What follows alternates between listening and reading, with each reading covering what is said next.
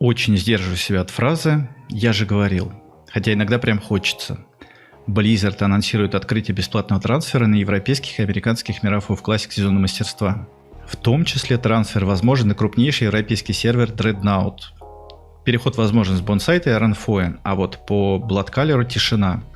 В списках он отсутствует, и по поводу Кровавого Зова нарисовалась неясность. Не ждать? Ну, да, была надежда, что такое произойдет, но не произошло. Вообще было сомнение, что открытие бесплатного трансфера на крупные заселенные сервера будет возможно. Вопрос: зачем? Зачем открывать бесплатный трансфер на Dreadnought, когда там и так все в порядке с онлайном? Если с платным все понятно, тут работает принцип заработка бабла, то с бесплатным все немножко грустно. Blizzard наблюдает падение онлайна на Соме и стремятся как-то этот процесс замедлить. У игрока, играющего на мертвом сервере, есть два пути: дождаться открытия трансфера и заплатить за переход, или просто забить. Второй вариант для большинства игроков, как оказалось, предпочтительнее. При открытии платного трансфера у игрока опять стоит два выбора: платить или забить. Поэтому для Blizzard приоритетнее сохранить хоть какое-то количество игроков на СОМ, чем получить копеечную прибыль от оплаты трансфера и сделать таки переход бесплатным. Мы с вами сейчас поподробнее обсудим этот момент после коротенького объявления. На проекте WoW Circle 19 февраля в 19:00 по Москве открывается новый игровой мир дополнение Катаклизм с рейтами X100. Старт игрового мира запланирован с патча 4.2 и будет включать в себя множество интересных модификаций, таких как эпохальные подземелья, PvE Спектатор, Арена Спектатор, а также ручную смену рейтов для любителей качаться медленно, и многое другое. Не дайте Смертокрылу захватить Азерот и вместе с другими героями дайте отпор злодею на проекте WoW Circle Cataclysm X100 19 февраля в 19:00. Ссылка в описании. Итак, Кровавого Зова в списке трансфера нет.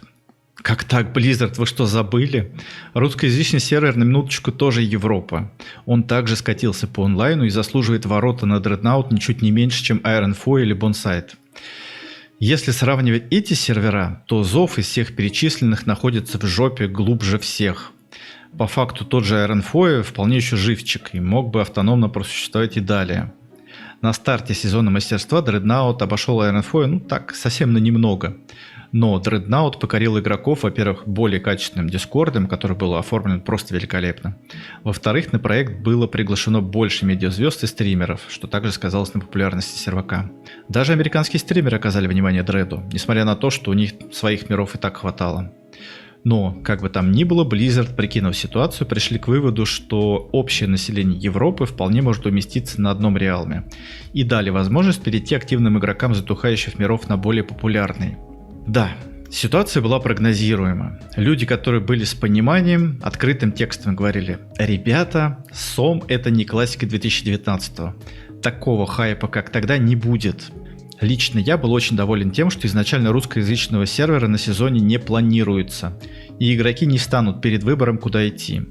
Был только вопрос, на какой именно из европейских миров десантироваться рут-сообществу. Сначала подумали над Ironfoe, потом, когда немного прояснилась картина по остальным серверам, выбор пал на Dreadnought. Все бы хорошо, но тут внезапно в список добавляется Кровавый Зов. Сервер, ориентированный на русскоязычную аудиторию. И все пошло по одному месту. У меня были попытки вразумить игроков, попытаться заставить их подумать, привести какие-то доводы в пользу Европы, показать ребятам, что всему сообществу лучше находиться вместе. До конца сезона доживут только крупные сервера.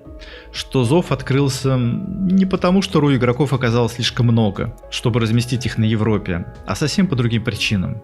Но в большинстве своем эти попытки были восприняты негативно. Вот ты стример, ты должен топить за наших, а не за бургов проклятых. Самый мозговыносящий вопрос на стримах был: почему Европа, а не ру? Когда ответ очевиден. Для меня подобные вопросы выглядели примерно как: почему небо голубое, а трава зеленая? Объяснить, что европейские игроки нам не враги. И вполне нормально, когда все любители классического World of Warcraft играют бок о бок на одном сервере. Это было практически нереально. Больше всего меня бесили люди, у которых вообще не было какого-то понимания и видения картины в целом. Они ставили основным доводом, что в 2019-м тоже был вопрос выбора: Пламигор или Европа. А вот те, кто ушел на Европу, потом приползли со слезами раскаяния обратно. И проповедуя такие мысли на форумах, сбили с толку кучу людей, которые им поверили. Вполне возможно, на сегодняшний день часть игроков бросили играть именно по этой причине. Но сейчас-то уже сказки про Пламегор 2019 не прокатят. Кровавый зов на текущий момент имеет не более 5 активных статиков с обеих фракций. В нерейдовое время онлайн не достигает даже 100. И это только старт третьей фазы. То есть серверу еще полугода нет. Согласитесь, не Пламегор 2019. Форум WoW Classic перекрасился. Темы о том, как предатели бросили родной зов и укатили на Европу, сменились на мольбы об открытии трансфера.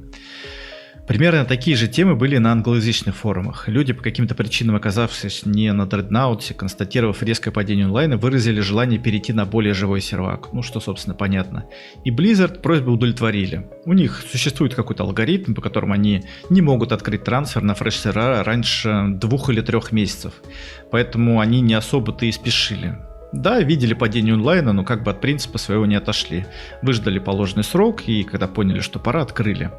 Сегодня, когда абсолютно понятно, что не стримеры виноваты в падении онлайна на Кровавом Зове, что онлайн упал абсолютно на всех серверах, в том числе и на Дреднауте, ну нет смысла утверждать обратное, встает вопрос, и что теперь делать? Надеяться на Blizzard? Вдруг они забыли? Вдруг, как всегда, из-за рукожопости технарей русский сервер не внесли в список кандидатов на трансфер? Ну, может быть, я как бы не исключаю такой возможности. Но для тех, кто еще не разучился выстраивать логические цепочки, задайте себе вопрос. По какой причине был открыт Кровавый Зов? Почему он был вынесен отдельно из европейских миров? Почему для Русь сервера сделана отдельная вкладка, а для немцев или, скажем, испанцев нет? Почему русифицированный клиент не работает на Европе, хотя на Америке эта возможность доступна? Почему? Вот когда на эти вопросы будут даны ответы, наверное, тогда станет понятно, почему с Кровавого Зова сейчас не открылся трансфер. На русскоязычном форуме о чем-то просить близов шансов мало, поэтому если создавать темы, то на европейском форуме. Я нашел темку в дискорде Кровавого Зова, где ребята предприняли попытку это сделать. В закрепленном комментарии будет ссылка на эту тему, созданная на европейском форуме, с просьбой открыть трансфер с Кровавого Зова. Поэтому, если вам не безразлична эта ситуация, отпишитесь там. Ну, возможно, это поможет. Ну, я, естественно, буду следить за этой темой, поэтому не забывайте подписываться на канал, чтобы быть в курсе событий. Спасибо, что досмотрели видео до конца и поддержали лайком и комментарием. Удачи!